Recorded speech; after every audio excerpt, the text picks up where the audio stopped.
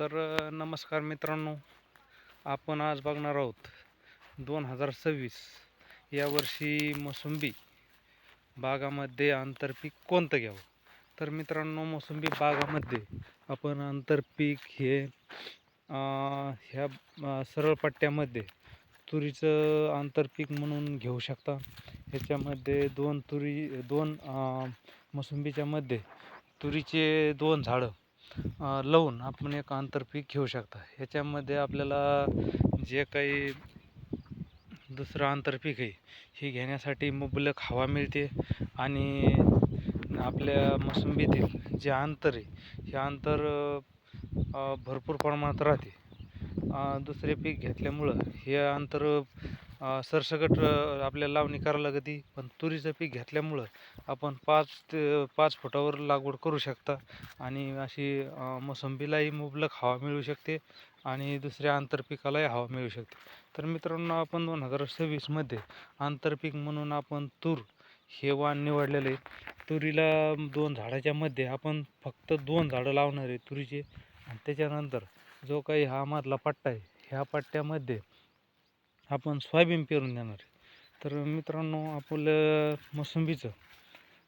मोसंबीला भाव नसल्यामुळं आपण हे आंतरपीक दरवर्षीप्रमाणे ह्या वर्षी चालू ठेवणार आहे आणि ह्या वर्षी आपण तूर आणि सोयाबीनचं नियोजन केलेलं आहे, जेणेकरून आपल्याला जे काही उत्पन्न मोसंबीचं कमी मिळतं ते याच्यामध्ये याची भरपाई व्हावी, त्याच्यामुळं आपण हे पिकं निवडलेले. तर हे पीक निवडत असताना आपण प्रथमतः आपल्याकडे असलेलं ठिबक आहे, ह्या ठिबकला आपण मोसंबीच्या मध्यभागी 2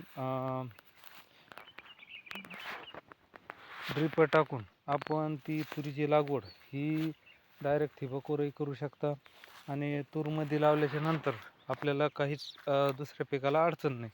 आणि एक तूर म्हणजे एक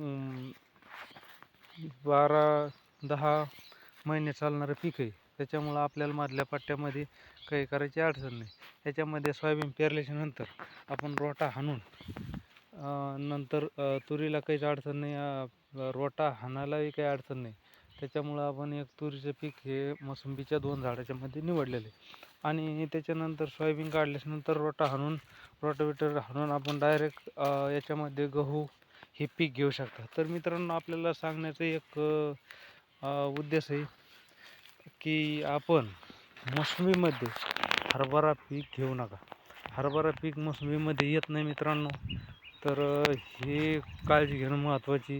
याच्यामध्ये मोसंबीमध्ये तुम्ही गहू हे पीक घ्या, जेणेकरून आपल्या मोसंबीला एक बेवड म्हणून गव्हाचा कचरा खत म्हणून मिळतो आणि उत्पन्नही चांगलं भेटतं. तुम्ही जर हरभरा पीक जर केला मोसंबीमध्ये तर तुम्हाला निश्चितच हरभरा पिकामध्ये उत्पन्न मिळणार नाही, घट मिळेल की जेणेकरून आपल्या मोसंबीच्या सावलीमुळं किंवा त्या ठिबकच्या पाण्यामुळं हे मोसंबीमध्ये हरभरा हे भरपूर प्रमाणात त्याची वाढ होते आणि घाटे कमी लागतात. त्याच्यामुळं आपल्याला मोसंबी ह्या पिकामध्ये हरभरा हे पीक घ्यायचं नाही मित्रांनो. ही काळजी घेणं फार महत्त्वाची आणि आपण जरी ते तुषारनं पाणी दिलं तरी मोसंबीमध्ये रान न वाळल्यामुळं हरभऱ्याची भरपूर वाढ होते आणि उत्पन्नात घट मिळते. त्याच्यामुळं आपण गहू हे पीक रब्बीमध्ये निवडणं फार महत्त्वाचं आहे आणि खरीपमध्ये आपण सोयाबीन हे पीक निवडणं गरजेचं आहे, जेणेकरून आपले काही मोसंबीचे झाड आहे ह्या ठिकाणी आपण हवा खेळती राहील याची काळजी घ्यायची, म्हणजे आपल्या मोसंबीलाही अडचण नाही आणि पीकही भरपूर मिळतं. त्याच्यामुळं आपण दरवर्षी या पिकाची लागवड करतो. मित्रांनो, हा व्हिडिओ आवडला असेल लाईक करा, शेअर करा, कमेंट करा.